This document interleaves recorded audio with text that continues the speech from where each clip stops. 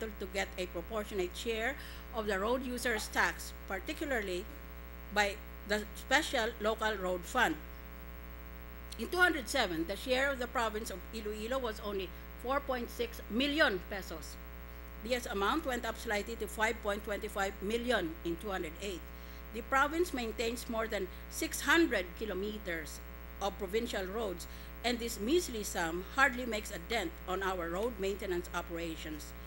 Even though the amounts allocated to Iloilo province were small, we have endeavored to put every centavo into these projects and maximize its utilization. But in the case of the municipal government of Pavia, it got a handsome amount of 12 million pesos. Express lane. Ang buong probinsya ang binigay niya 5 milyon. Pero sa isang munisipalidad lamang, nagbigay ng 12 million.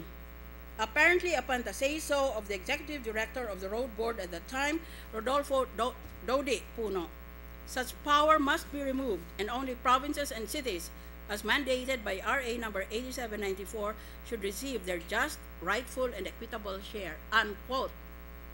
One thing you can say about the Puno brothers, they don't allow facts to get in the way of their ideology.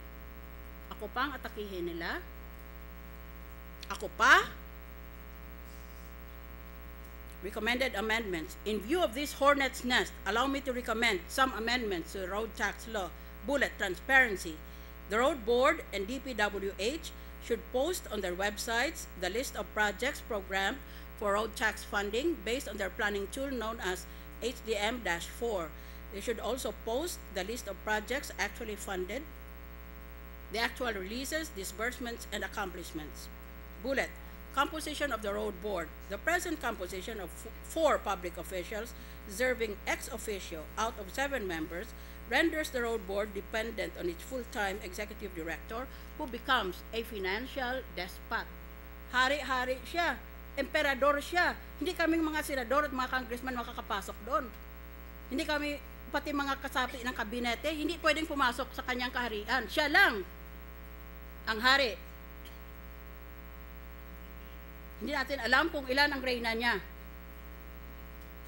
Perhaps, as in New Zealand, the road board should be composed of road users themselves without any member from government.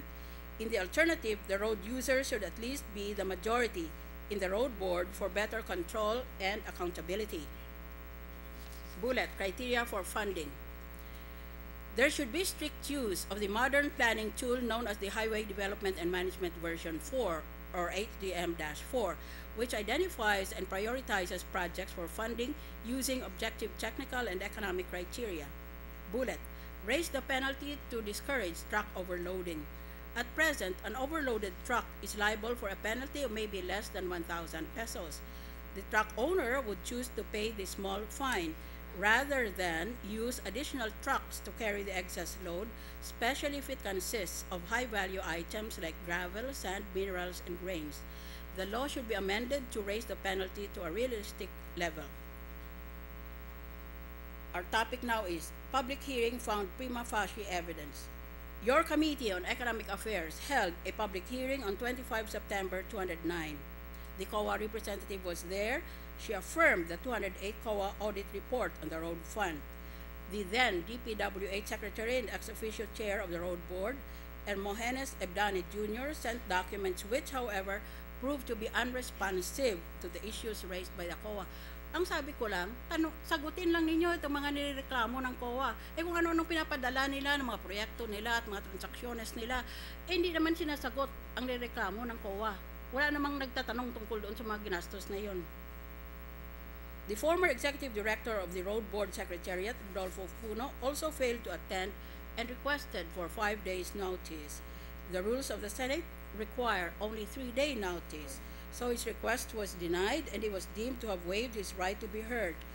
The incumbent executive director, Danilo Valero, submitted documents, but they were also unresponsive to COA issues.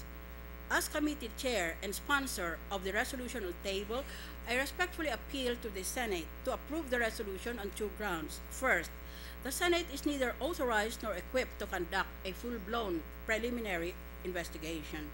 So let the Ombudsman do that. Under the rules of court, the standard for preliminary investigation is probable cause. In criminal law, probable cause means that there is a reasonable ground to suspect that a person has committed a crime. In our country, probable cause includes evidence for both the complainant and the respondent, and even a public hearing for clarificatory questions. Since a legislative inquiry is not a criminal proceeding, the standard is lower than probable cause.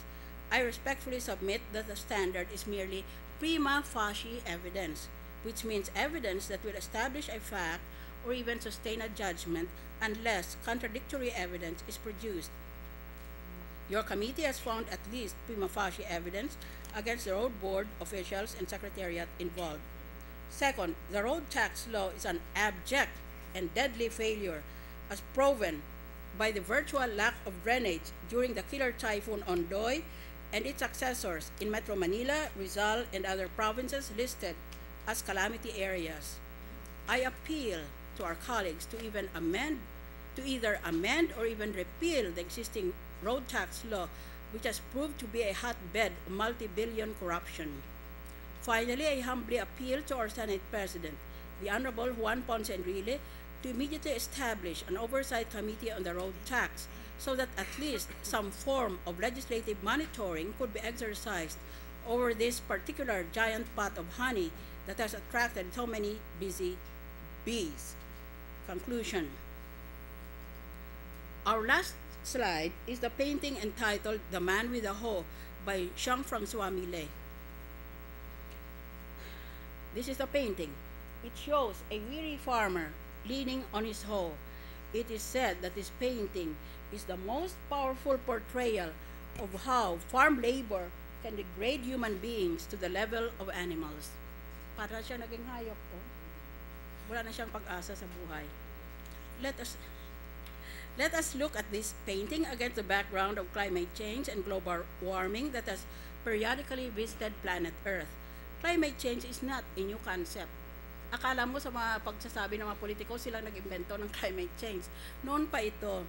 It began from the time of the Great Flood that impelled Noah to build his ark. Global warming and global icing take place according to the life cycle of our planet. Talagang ganyan ang ating planeta. At this time, it signifies massive human deaths from floods, volcanic eruptions, tsunamis, and earthquakes. It is always wrong to be a corrupt public official, but today, more than ever, we cannot afford to leave the greedy